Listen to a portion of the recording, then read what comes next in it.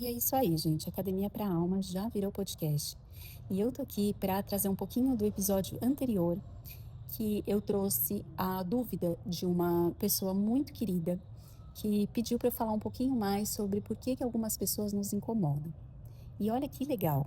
Essa pessoa é uma pessoa super aberta para o processo e ela sempre quer se transformar. Por mais que ela sabe que é árduo, que é difícil, que dói pra caramba a gente apontar os dedos para dentro, mas que como isso é super importante para nossa transformação e para principalmente para o objetivo final, que é ter uma vida mais leve e mais plena, foi muito bonito tudo como aconteceu, porque ela trouxe a dúvida junto com a exposição do caso dela.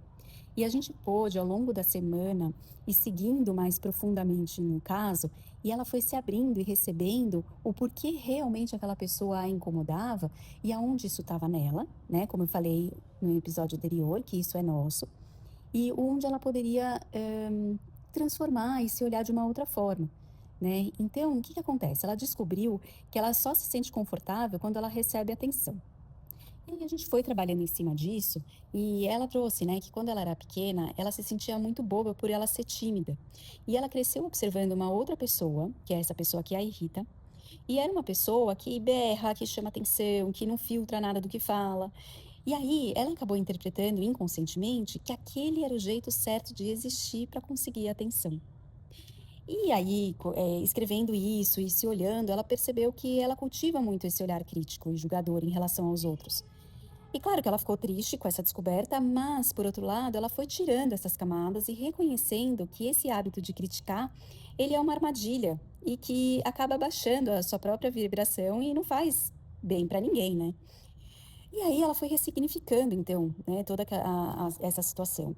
E apesar de ela realmente não se identificar com o jeito dessa pessoa, né, de chamar atenção, chegou num ponto lindo onde ela reconheceu que ela pode admirar a coragem dessa pessoa de se mostrar sem filtros, de ser autêntica e de não ter medo de se expressar.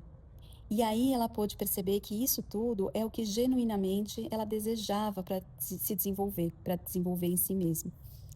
Então tudo acabou convergindo, né, para a questão da aceitação, mas especialmente na coragem de se expressar. E foi lindo de ver, né, porque, era uma pessoa que a incomodava muito, porque tem essa coragem e era tudo que ela mais queria ter, é essa coragem para poder se aceitar e se expressar da melhor maneira possível. E eu achei muito legal trazer esse exemplo, porque eu acho que todo mundo dentro de si tem uma dificuldade muito grande de aceitação, de autoaceitação, né? E a gente, muitas vezes, a gente se ilude achando que o que o outro tem ou o que o outro é o que eu gostaria de ter ou o que eu gostaria de ser. E quando a gente percebe na maturidade que a gente é e a gente deve ser tudo o que a gente veio ser, né? Então, sendo mais clara nesse sentido, muitas vezes a gente tem uma expectativa sobre nós mesmos de que a gente poderia ser diferente e a gente luta contra a nossa essência porque a gente cria preconceitos ou cria ilusões e fantasias de que a gente vai ser mais aceita pelo fato de ser que nem o outro, porque eu olho para o outro e vejo que ele é super aceito, então eu acho que eu também tenho que ser desse jeito. Só que esse outro, ele só é aceito porque ele está sendo autêntico e sincero dentro da personalidade, da essência dele. Então, eu achei bem interessante trazer esse caso para motivar todas nós, todo mundo que está escutando, todo mundo que quer se melhorar, a ir de encontro à sua essência, ao seu processo. Não é porque o outro está sendo aceito dentro daquele molde, é que você também tem que ter este molde. Não, o que o outro está te falando é uma coisa, seja autêntico. Então, pode ter certeza que se você se sente aceita, é porque você é autêntica, é porque você está no seu processo.